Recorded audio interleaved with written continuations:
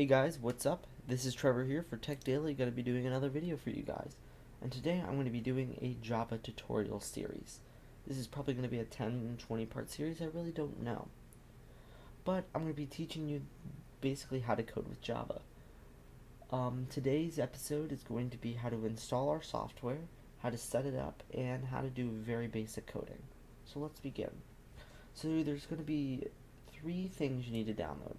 One you probably already have downloaded, and that's Java itself. The second thing is you're going to need Eclipse Standard 4.3.2. You can go here and select your version, Windows, Linux, Mac, or whatever one you need, and then you're going to download it right here with these. The second thing you're going to need is you're going to need Java SE Development Kit. And you would go down here and download the one that you would need for your computer. And you're going to download and install this. Eclipse is just going to have it as a zip. So I already have it downloaded. I don't need to re-download it. So I'm going to open it up here. And as you can see here, I have a folder, as well here. And I'm going to open this up, and you're going to put all the contents inside the folder. Inside this folder, called Eclipse Tutorial is what I named mine, but you can put it anywhere you want or anything like that. And you're going to go ahead and let it extract.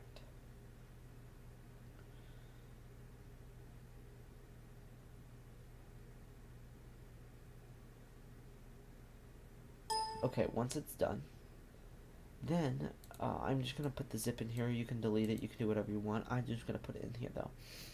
You're then going to want to open up Eclipse.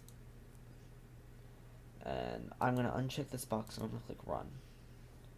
So it's going to open it up, and it's going to add all of the necessary files it needs. And it's basically, this can take some time loading up depending on how fast or good your computer is. So just give it time and let it load. Java is not very difficult to learn the code, but what's difficult is knowing what's it about. Okay, so this is where we're going to select where our workspace is. This is where all your projects and stuff are going to be saved. Now what I recommend doing is I recommend going to this folder and creating a folder called projects and save it there, and then use this as the default and don't ask again. You don't have to check that, you can change it later, but this just makes it so on startup you don't need to select it. Then you're going to click OK, and now it's going to load everything up. I'm going to minimize my folder here.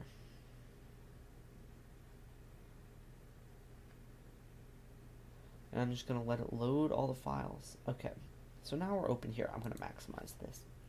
And now we have Eclipse loaded up.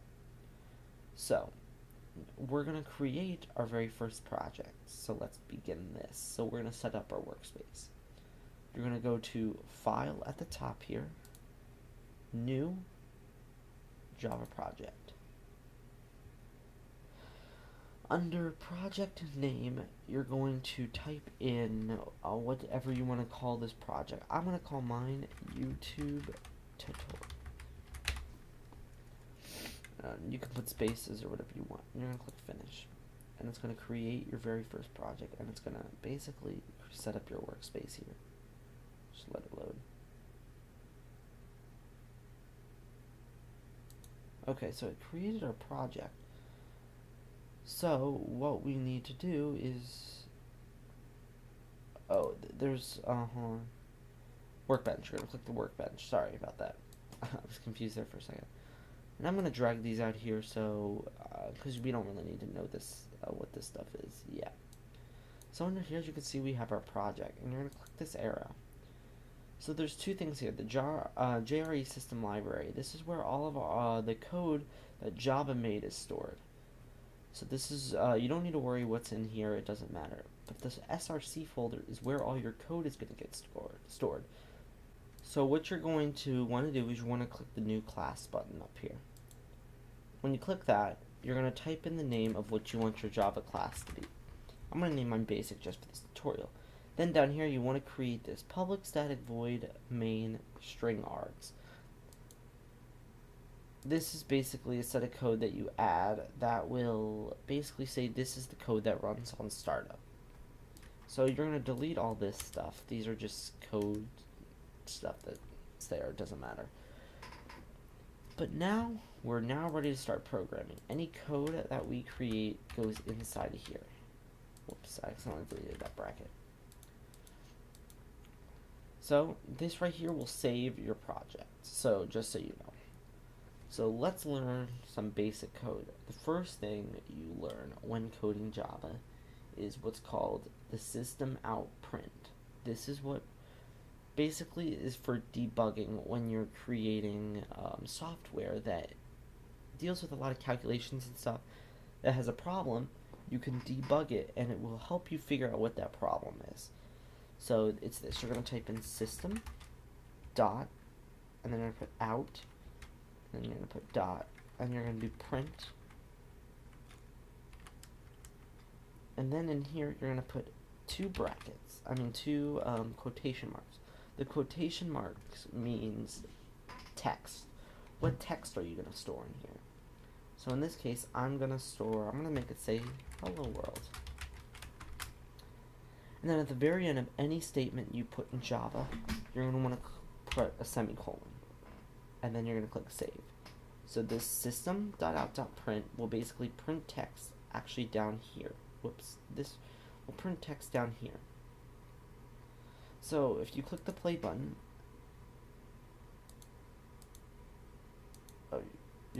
so in here, you're gonna click run. I don't know what that was about. And click OK. And as you can see, it says hello world. That's amazing. So we gotta say hello world. Now let's say I'm gonna copy and paste this, and right below it, I want it to say goodbye world. I'm gonna say actually bye world. Bye world. If I click play right now, you think it'll do that? Let's see. No, it prints it on the same line. We don't want this. We want this to be below it. Well, the reason why it's doing this is because print is one line, so it's going to print it simultaneously right after each other. If you do print ln on the upper text, it's saying this is the only thing that takes up this line. So right now, this should work. Yep, there you go. As you can see, because print ln means the only text that's on this line is the hello world. You can put an ln here if you really want to, but it won't make any difference when we put it here. So you can see if I were to put my cursor here, I can't type anything, but you can see it's selected there. If I remove the ln here and I click play, it should, when I click, select the cursor there. That's really the only difference. Now there is another way you can do this, and I'm going to just delete this. I'm going to put space by world. And I'm going to click play. And I mean, we want to put this on the next line. You do this. You do the backslash, and you do n space. Oh, you don't really need the space. And it'll put it on a new line. So if I click play, there. That means new line. You can do it either way. This is actually smaller code, but it gets kind of confusing if you have your whole text set up like that on what's going on. So let's learn about some variables quickly in this tutorial. So I'm going to what is a variable? A variable is a place where data is stored. So what I mean by data is like you want to store a number in here. You maybe want to store text or something. I'll explain. So I'm going to have some room up here, and I'm going to actually tab this over. So I'm going to have some room here. So let's create a value that stores, let's create a variable that stores the number 4. So to create a variable that stores the number 4, you'd want to have a value called an int. Int stands for integer. So possible values for integer are 0, 1, 2, 3, 4, 5, 6, 7. And it goes in the negatives. It's between the negative value negative 2,147,463,648 to that number positive. So that's an integer. Then you're going to do space, and then what you want to call it. I'm going to call this, I don't know, 4.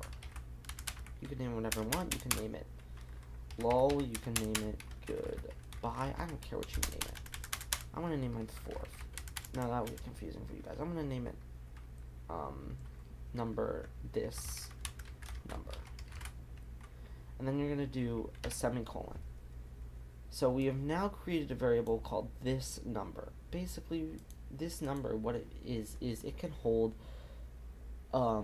basic numbers in it.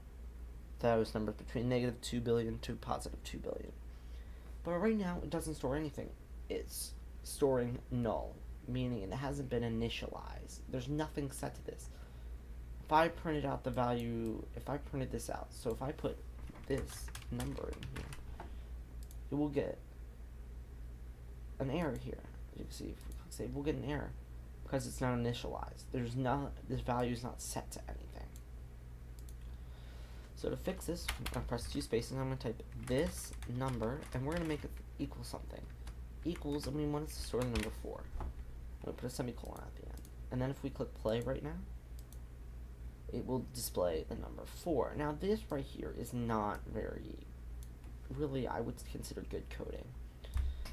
Having this right after each other. I recommend deleting this and going up here and put space equals space 4. It takes up a lot less space.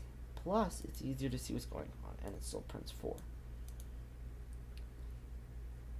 So now let's have another int called the int this second number equals, and we're gonna make it 8. And I'm gonna have it print out the answer to this. So this number, and then we wanted to add it to this second number. So we're gonna add it. We're going to add these two numbers together. So if we add 4 plus 8, we should get 12. And that's what we get. If we subtract, we should get -4. That's correct. If we multiply, we should get 32. If we divide, we should get just 1/2. But wait, we don't get 1/2. Why is this? Well, because both of these values are integers. Integers store the value 0, 1, 2, 3, 4, 5, 6, 7, and up. It can't store a decimal. So this is where you will have a problem and you really can't display the number 1/2. This is a coding problem, and can be known as a bug. We obviously want it. 4 divided by 8 is obviously not 0. It's 1/2. So this is where you're going to have to code to fix it. And you're going to create, there's other types of variables. I think there's like probably 10 different types of variables. So today's tutorial, you learned how to print out text and see what it looks like. You learned about how to initialize or create a variable. And you learned how to do basic for-function operations for math. Next tutorial, we'll probably learn more different variables. I think we're going to learn 10 next tutorial. And we're going to learn how to manipulate those so we can do some more advanced math operations. Anyway, guys, thanks for watching. Please make sure you comment, rate, and subscribe. And if you have another tutorial that you would like to see or another video, just post it in the comments. Thanks for watching. Have a good day.